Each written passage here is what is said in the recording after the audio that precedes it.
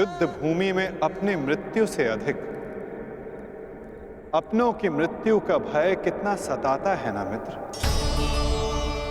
माधव, बड़ी बात।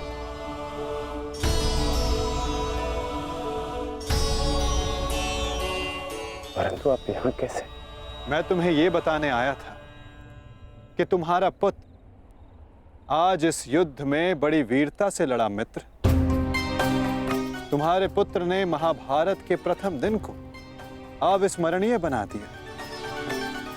वृषसेन के घायल होने के पश्चात भी उसने अर्जुन को युद्ध भूमि में तुम्हारी अनुपस्थिति का भान नहीं होने दिया।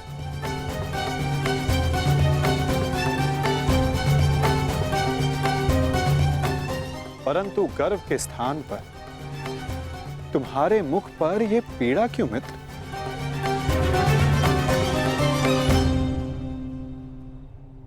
गर्व है, गर्व है माधव, परंतु ऐसा क्यों होता है कि मैं स्वयं के शरीर पर सहस्त्र बाण सह सकता हूं। मैंने बिना संकोच किए अपने कवच और कुंडल दान कर दिए। मैं ये सब पीड़ा सहने में सक्षम हूं। एक योद्धा होने के नाते मैं युद्ध के सभी नियमों से अवगत हूं, परंतु वृषसेन को लगे बाण, उसकी मृत्यु का भय।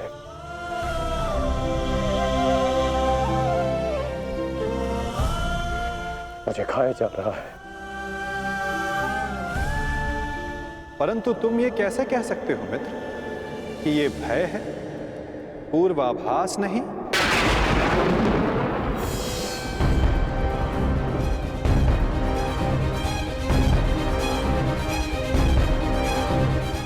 पूर्वाभास? आप क्या कहना चाहते हैं? एक योद्धा को विजय की आशा अवश्य होती है, परंतु उसे परिणाम का पूर्वाभास भी होना चाहिए। आज युद्ध में जो हमारे साथ खड़ा था, कल उसका स्थान कोई और ले लेगा और उसके पश्चात कोई और। ये युद्ध है मित्र, इसे बदला नहीं जा सकता। बलिदान मांगना युद्ध की नियति है मित्र। मैं समझता हूं जो आप कह रहे हैं,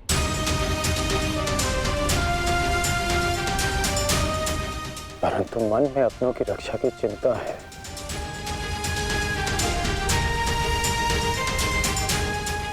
कैसे करेंगे अपनों की रक्षा?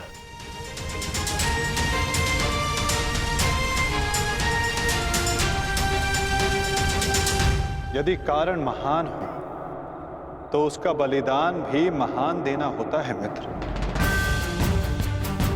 इस युद्ध में हो रहे बलिदान को स्वीकार करो। एक योद्धा को युद्ध में जाने से पूर्व सभी प्रकार के मोह को त्यागना पड़ता है।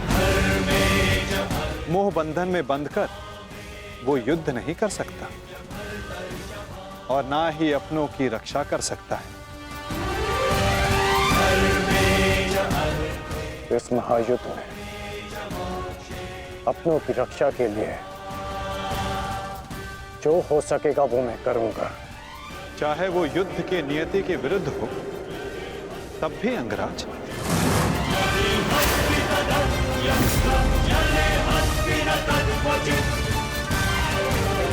उत्तर दो अंगराज, क्या तुम ऐसा कर पाओगे?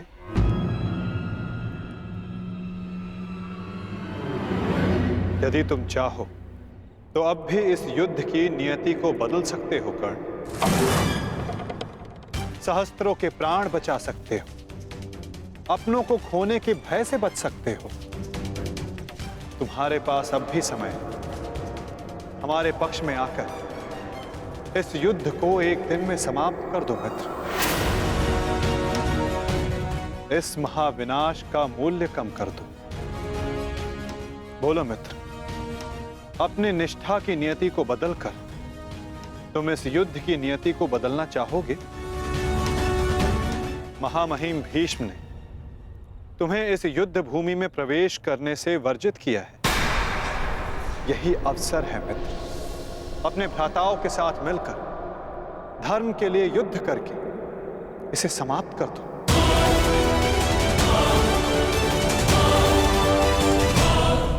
अपने भ्राताओं के साथ मिलकर धर्म के लिए युद्ध करके इसे समाप्त कर दो। आप मेरा उत्तर जानते हैं, फिर क्यों बार बार ये प्रश्न करते हैं मुझसे? मैं तुमसे प्रश्न नहीं पूछ रहा हूं, तुम्हें तुम्हारे संदेहों का हल दे रहा हूं।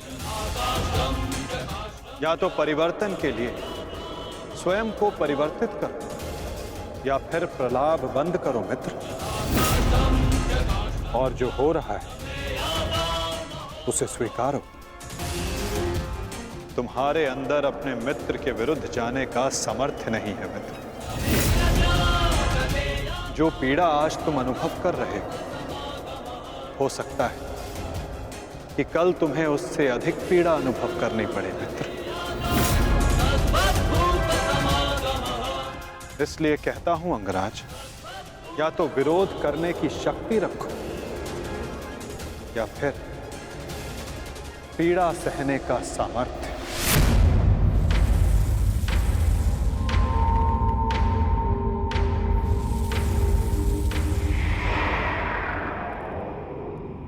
एक बात और थी मित्र, सोचा कि तुम्हें उसका ज्ञात होना चाहिए। आज मैंने अर्जुन को महाज्ञान दिया, उसे अपने विश्व रूप के दर्शन करवाए। ये जानकर तुम्हें बुरा तो नहीं लगा ना? कहीं तुम फिर से ये तो नहीं सोच रहे कि मैं पक्षपाती हूं? आप पक्षपाती तब होते जब आप अर्जुन को अपना विराट रूप नहीं दिखाते। आपने मुझे अपने विराट रूप का साक्षी बनने की अनुमति दी। मुझे पूर्ण विश्वास था केशव कि एक ना एक दिन आप अर्जुन को अपना विराट रूप अवश्य दिखाएंगे। आपको लेकर किसी और के मन में शंका हो सकती है, परंतु मेरे नहीं।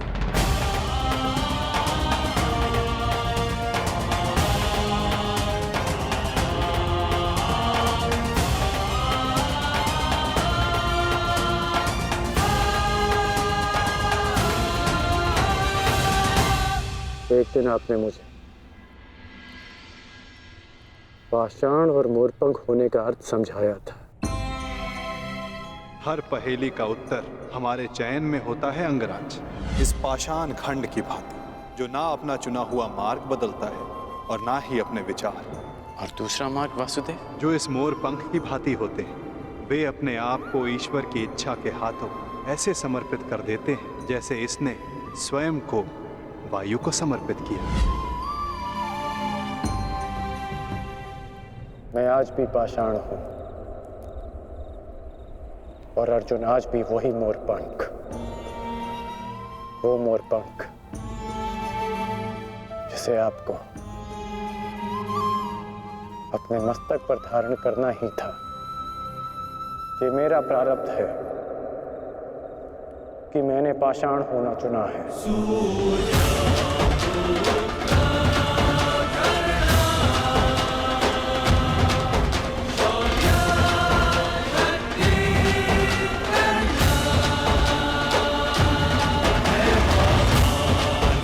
प्रणिपात केशव। कल्याण वस्तु मित्र।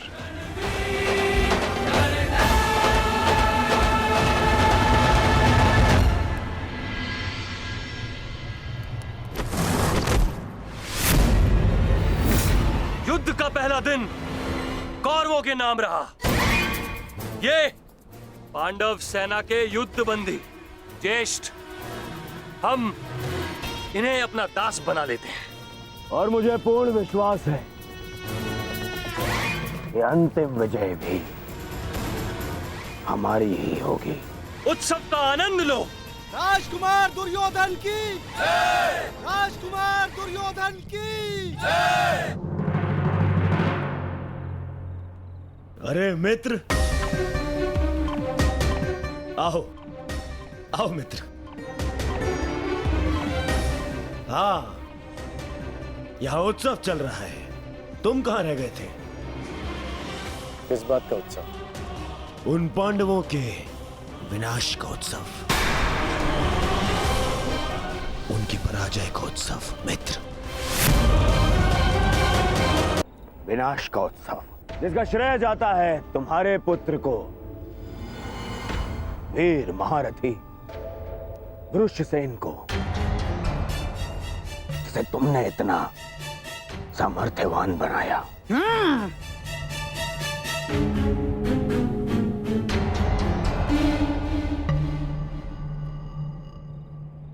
ये तो अवश्य उत्सव बनाने की बात है। आज तो मैं भी मदिरा पान करूंगा। मामा श्री, तुम भी मदिरा पान करोगे? लो, ये लो।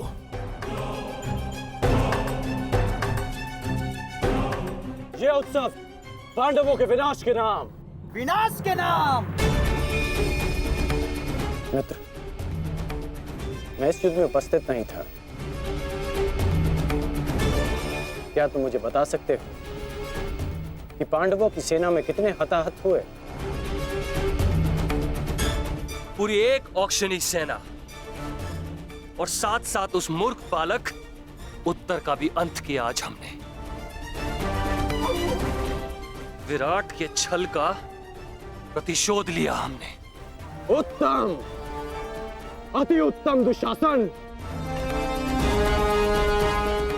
एक औक्षणी में 21 सहस्त्र 870 रथ और उनके रथी और इतने ही हाथी और उस पर सवार योद्धा 65 सहस्त्र 610 अश्वरोही 1,09,000 सहस्त्र 350 पैदल सैनिक। आज हमने युद्ध में इतने शत्रुओं का संहार किया।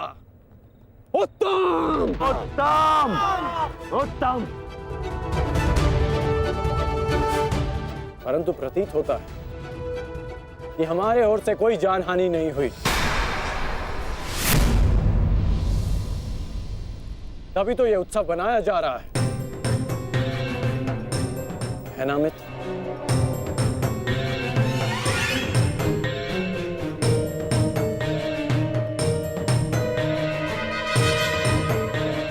नहीं मित्र, हमारी ओर भी लगभग आधी अक्षौणी सेना की हानि हुई है। अर्थात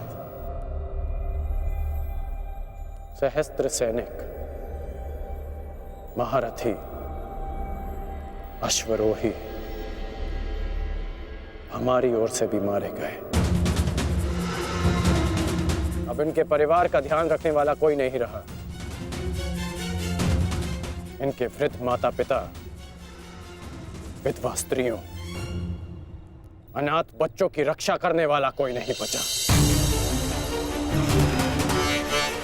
ये तो अवश्य उत्सव बनाने की बात है। उत्सव!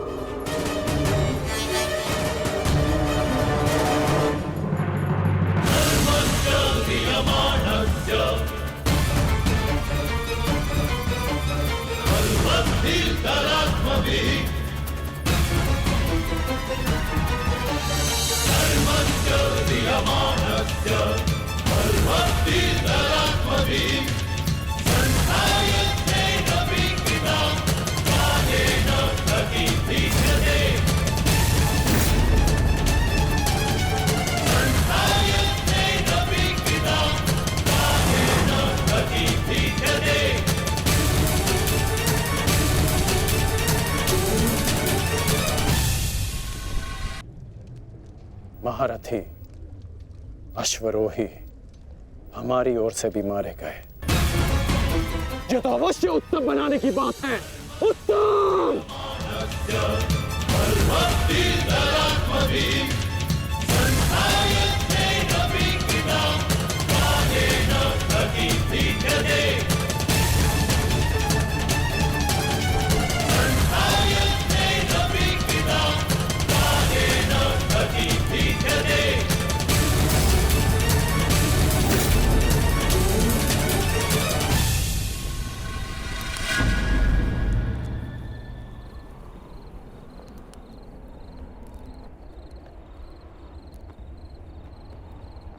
क्या ये युद्ध समाप्त हो गया है? मैंने पूछा, क्या ये युद्ध समाप्त हो गया है? उत्तर दीजिए।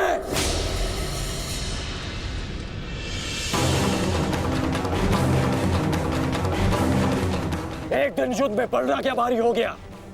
आप सबको लगा कि आप लोग युद्ध जीत गए। आज जितने भी सैनिक वीर गति को प्राप्त हुए हैं, वो तुम्हारी विजय के लिए अपने प्राण खो बैठे।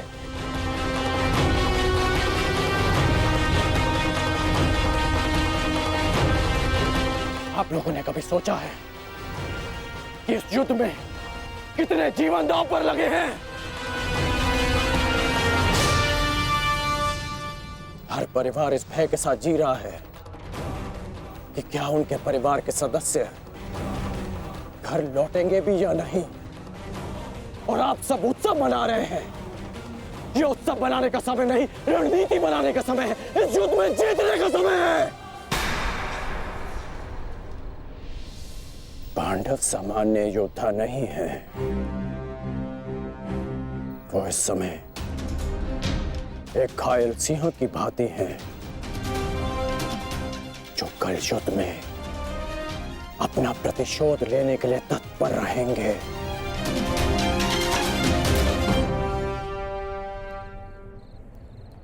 तो इसी क्षण इस उत्सव को बंद कीजिए।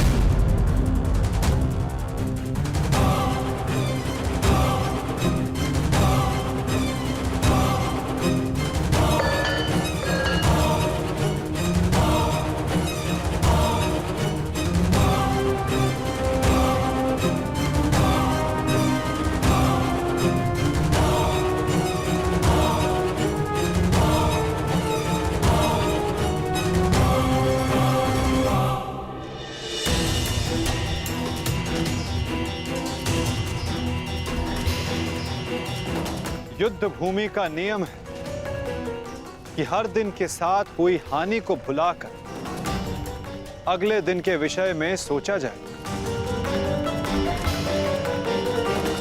अब समय आ गया है कि इस पर विचार किया जाए कि कल के युद्ध में हमारी रणनीति क्या होगी।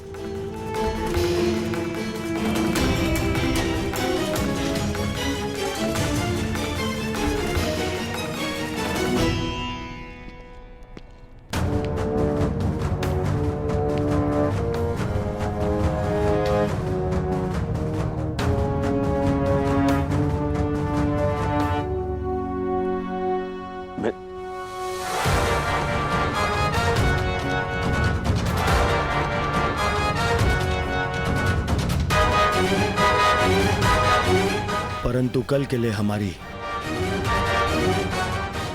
योजना क्या होगी?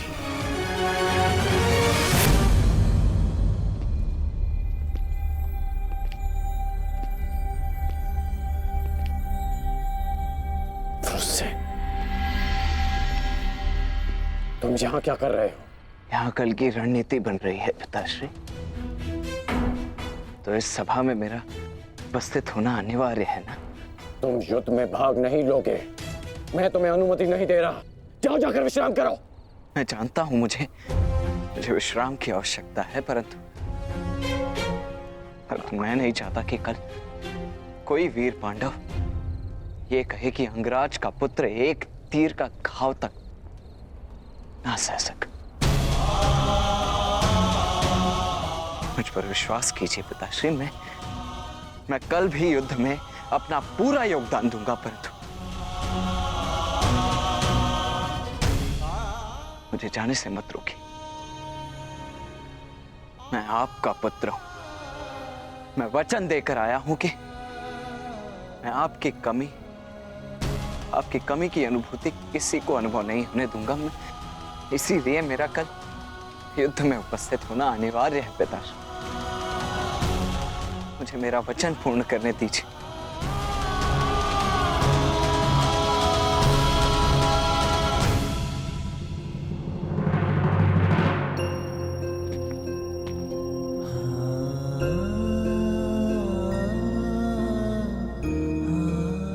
कल्याण हो तुम्हारा पुत्र। तुम युद्ध में भाग लोगे।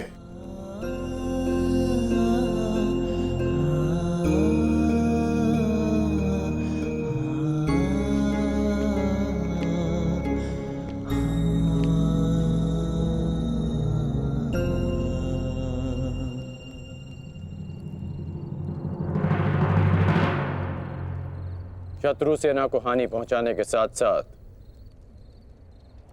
आपको अपनी सेना को सुरक्षित रखना भी महत्वपूर्ण है।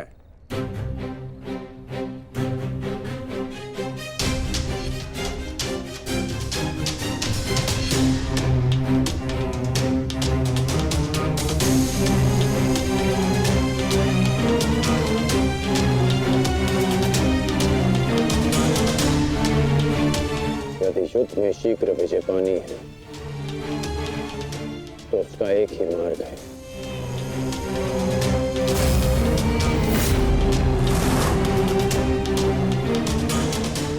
उसे बंदी बनाओ। जिसे बंदी बनाने से ये युद्ध समाप्त हो जाए। युधिष्ठिर, कल युद्ध में कौरव तुम्हें बंदी बनाने का प्रयत्न अवश्य करेंगे युधिष्ठिर। यदि हमने युधिष्ठिर को बंदी बना लिया तो बाकी के सारे पांडव हमारे सामने हाथ जोड़े खड़े रहेंगे।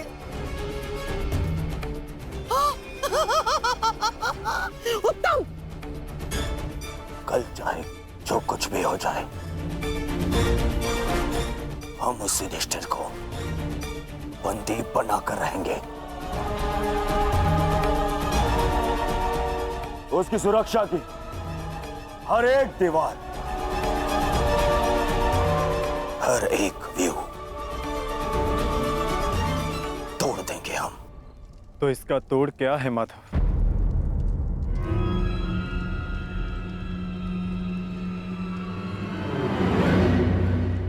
इसका एक ही तोड़ है पार्थ। कल युद्ध में धर्मराज युधिष्ठिर व्यू में सबसे आगे रहेंगे।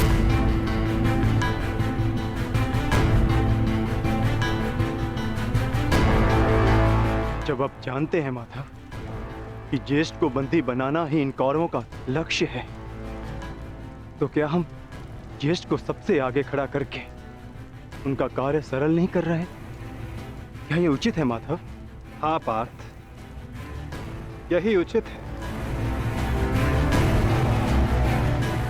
इसीलिए मैं ऐसा कर रहा हूं।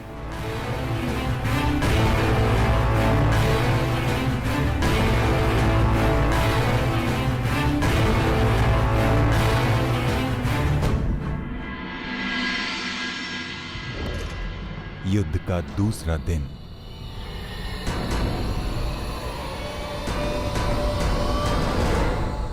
क्या युद्ध आरंभ का शंखनाद अब तक नहीं हुआ संजय? किसी भी क्षण युद्ध का शंखनाद हो जाएगा महाराज। दोनों सेनाएं सज्ज हैं। पांडवों की सेना ने आज कौंच व्यूह का निर्माण किया है और महामहिम भीष्म ने महाव्यूह का। उचित निर्णय लिया है ताछरी ने। अब पांडव युधिष्ठिर की रक्षा के लिए उसे क्रौंच व्यू की अंतिम रेखा में रखेंगे।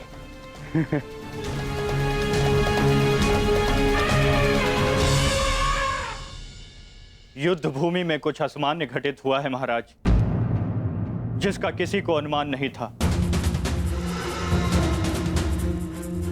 जिस प्रकार से युवराज दुर्योधन आश्चर्यचकित हैं, ठीक उसी प्रकार से मैं भी आश्चर्यचकित हूं महाराज। किंतु ऐसा क्या हुआ है संजय? पांडवों ने राजकुमार युधिष्ठिर को सेना के अंतिम रेखा में न रखकर सेना के अग्रभाग में रखा है महाराज।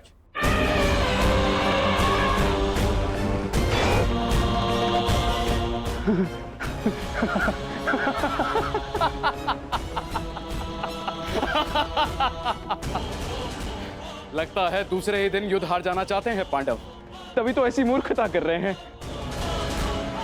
अब मेरे पुत्र दुर्योधन के पंजों से युधिष्ठिर को कोई भी नहीं बचा सकता, कोई भी नहीं। मरेंगे, मरेंगे ये सब।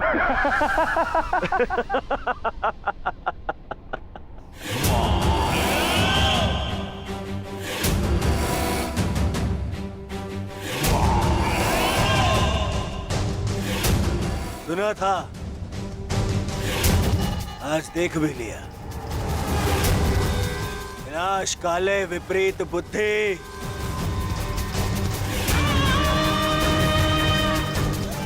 युधिष्ठिर को सबसे आगे खड़ा करके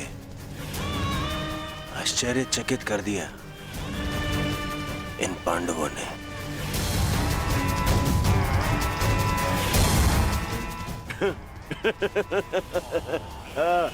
पितामह, देख रहे हैं, इन पांडवों ने स्वयं ही हमारा कार्य सरल कर दिया।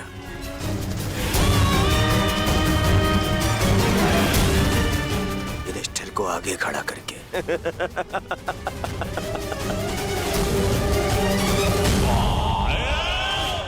अब आज ही इस युधिष्ठिर को बंदी बनाकर इस युद्ध का अंत कर दूंगा मैं, आज ही।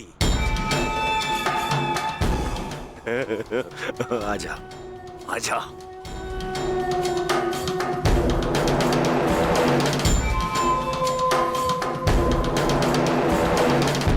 कल अंगराज ने उत्सव मनाने से रोक दिया था, आज अवश्य मनाएंगे।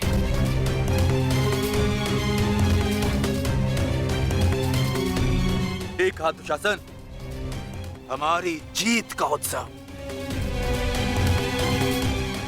मत भूलिए पिताश्री ने क्या कहा था। अभी से उत्सव मनाने के विषय में सोचना भी मूर्खता है। युद्ध अभी शेष है।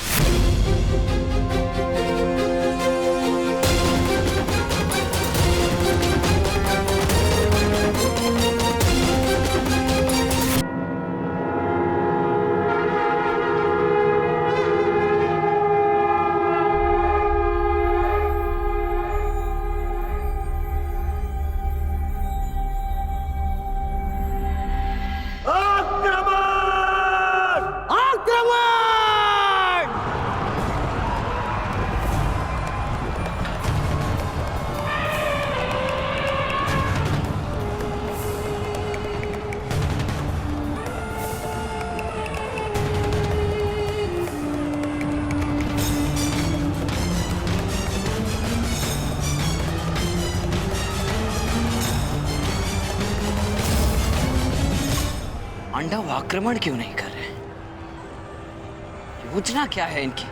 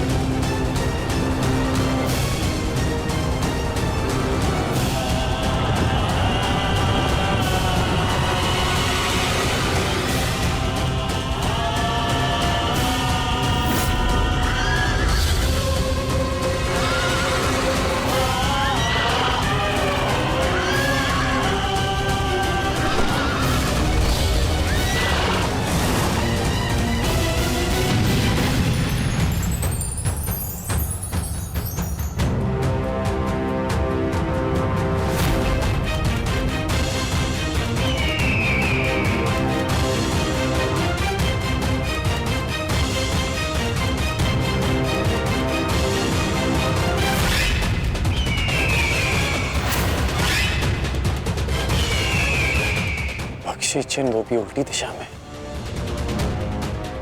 ये पांडव पीछे क्यों हट रहे हैं?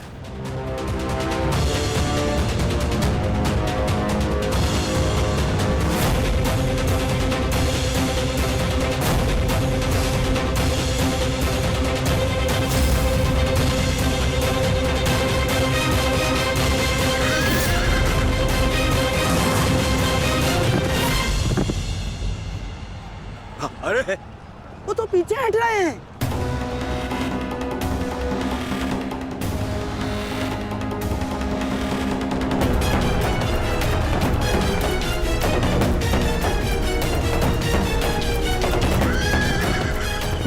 पीछा करो इनका, समाप्त कर दो सबको।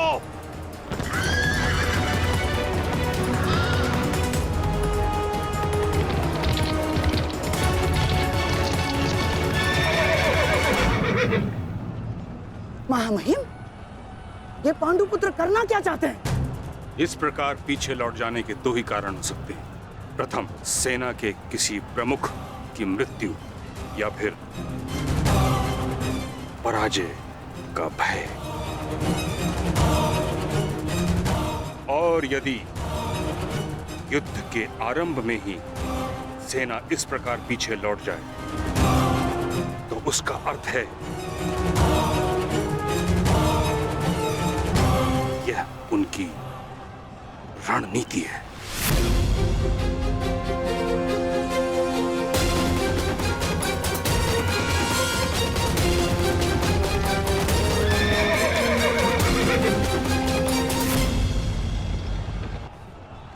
रणनीति है।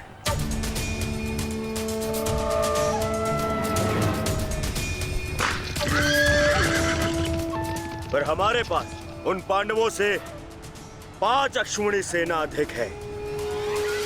यदि ये कोई रणनीति भी है, तब भी हम अपनी सेना के बल से इन पांडवों को समर्पण करने के लिए विवश कर सकते हैं।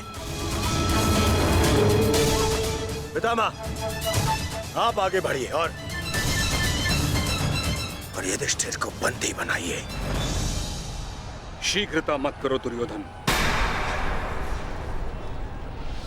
सर्वप्रथम उनकी रणनीति को समझो, उसके पश्चात आगे बढ़ो।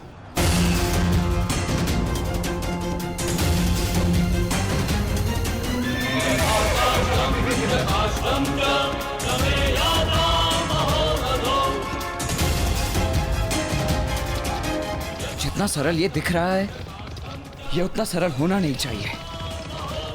कुछ तो गड़बड़ है।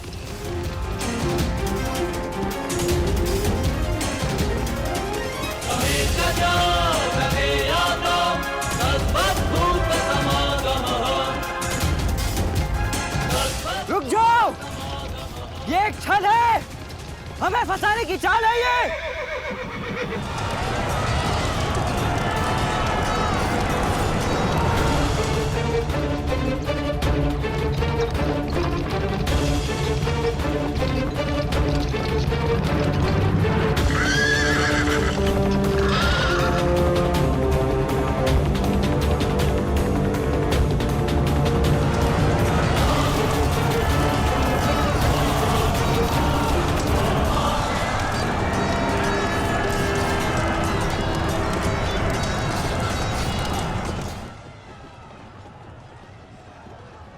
दुशासन और अश्वत्थामा अपनी सेना को लेकर कौरव सेना से अलग हो गए हैं महाराज। यह अवश्य ही पांडव सेना की कोई सोची समझी रणनीति है।